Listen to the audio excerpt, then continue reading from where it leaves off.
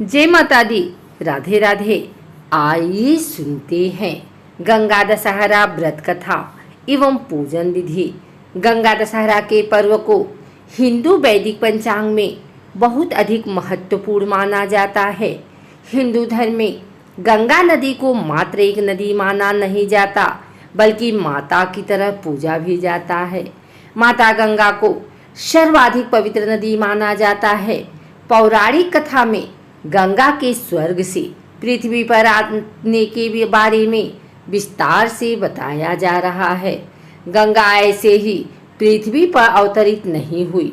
राजा भगीरथ ने कठोर तप करके माँ गंगा को पृथ्वी पर अवतरित होने की प्रार्थना की थी। गंगा दशहरा के दिन दान व तीर्थ स्नान का भी बहुत अधिक महत्व होता है। आइए सुनते हैं गंगा दशहरा व्रत कथा। युधिष्ठिर ने लोमस ऋषि से पूछा, हे मुनिवर, राजा भगीरथ गंगा को किस प्रकार पृथ्वी पर ले आए? कृपया इस प्रसंग को भी सुनाएं। लोमस ऋषि ने कहा, धर्मराज, इक्ष्वाकु वंश में सगर नामक एक बहुत ही प्रतापी राजा हुए। उनके वैदर्भी और शैव्या नाम की दो रानियां थी। राजा सगर ने कैलाश पर्वत पर दोनों रानियों के साथ जाकर शंकर भगवान की घोर आराधना की। उनकी तपस्या से प्रसन्न होकर भगवान शंकर ने उनसे कहा कि हे राजन, तुमने पुत्र प्राप्ति की कामना से मेरी आराधना की है, अतएव मैं वरदान देता हूँ कि तुम्हारी एक रानी के 60,000 पुत्र होंगे, किंतु दूसरी रानी से तुम्हारा वंश चलाने वाला एक ही संतान होगा। इतना कहकर शंकर भगवान अंतर ध्यान हो गए।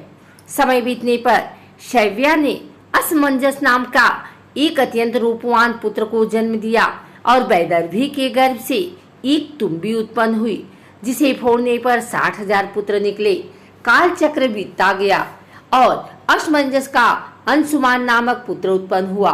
असमंजस अत्यंत दुष्ट प्रकृति का था, इसलिए राजा सगर ने उसे अपने देश से निष्कासित कर दिया। फिर एक बार राजा सगर ने अश्वमेघ यज्ञ करने की दीक्षा ली। अश्वमेघ यज्ञ का श्याम वर्ण घोड़ा छोड़ दिया गया और उसके पीछे पीछे राजा सगर के 60,000 पुत्र अपनी विशाल सेना के साथ चलने लगे। सगर के इस अश्वमेघ यज्ञ से भयभीत होकर देवराज इंद्र ने अवसर पाकर उस घोड़े को चुरा लिया और उसे ले जाकर कपिल मुनि के आश्रम में बांध दिया। उस समय कपिल मुनि ध्यान में लीन थे, अतः उन्हें इस बात का पता ही नहीं चला। इधर सगर के 60,000 पुत्रों ने घोड़े को पृथ्वी के हर एक स्थान पर ढूंढा, किंतु उसका पता न लग सका। वे घोड़े को खोजते हुए पृथ्वी को खोदकर पाताल लोक तक पहुंच गए, जहां अपने आश्रम में कपिल मुनि तपस्या कर रहे थे और वहीं पर वह घोड़ा बंधा हुआ था। सगर के पुत्रों ने यह समझकर कि घोड़े को कपिल मुनि ही चुरा लाए हैं, कपिल मुनि को कटु वचन सुनाना आरंभ कर दिया। अपने निरादर से कुपित होकर कपिल मुनि ने राजा सगर के 60,000 पुत्रों को अपने क्रोधाग्नि से भस्म कर दिया।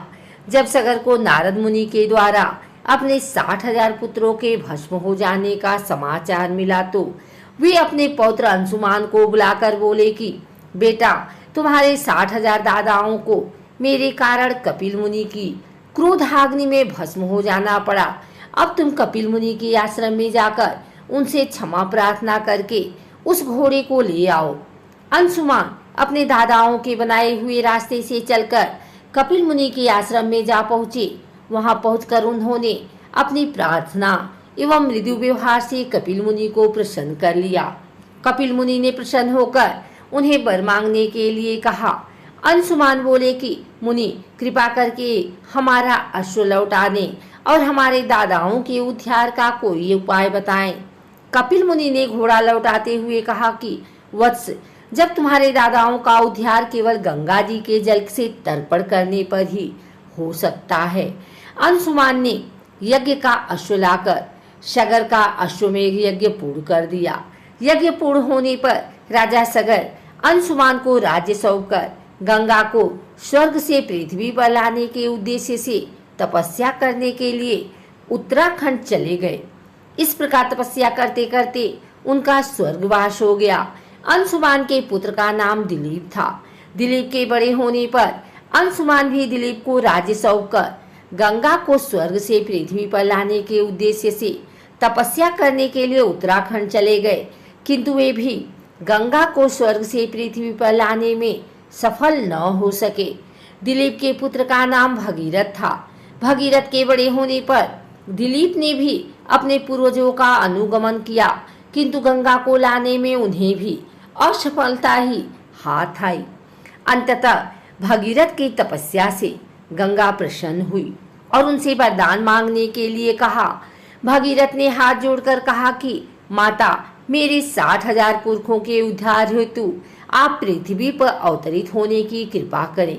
इस पर गंगा ने कहा, वत्स, मैं तुम्हारी बात मानकर पृथ्वी पर अवश्य आऊंगी, किंतु मेरे वेग को भगवान शिव की अतिरिक्त और कोई सहन नहीं कर सकता, इसलिए तुम पहले भगवान शिव को प्रसन्न करो। यह सुनकर भगीरथ ने भगवान शिव की घोर तपस्या की और उनकी तपस्या से प्रसन्न होकर शिव जी हिमालय के शिखर पर गंगा के वेग को रोकने के लिए खड़े हो गए। गंगा जी स्वर्ग से सीधी शिव जी की जटाओं पर जा गिरी। इसके बाद भगीरथ गंगा जी को अपने पीछे पीछे अपने पूर्वजों के अस्थियों तक ले आए, जिससे उनका उद्धार हो गया।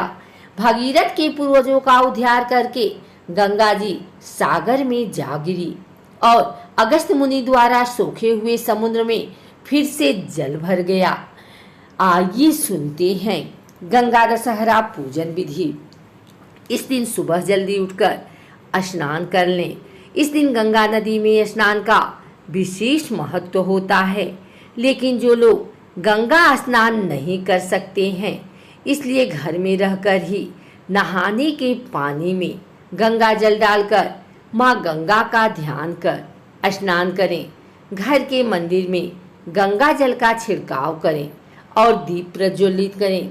इस दिन माँ गंगा का अधिक से अधिक ध्यान करें। माँ गंगा को भोग लगाएं। इस बात का ध्यान रखें, भगवान को सिर्फ सात्विक चीजों का भोग लगाया जाता है। इस दिन दान करने से शुभ फल की प्राप्ति होती है। अपनी क्षमता के अनुसार दान जरूर करें। घर में रहकर ही माँ गंगा की आरती करें। माँ गंगा चालीसा का पाठ करने से भी शुभ फल की प्राप्ति होती है। अगर आपको हमारी वीडियो अच्छी लगी हो तो इसे लाइक करें, कमेंट करें, शेयर करें। हमारे चैनल को सब्सक्राइब करके बेल नोटिफिकेशन ऑल पर सेट कर लें, ताकि आगे आने वाली वीडियो सबसे पहले आप तक पहुंच सके। धन्यवाद।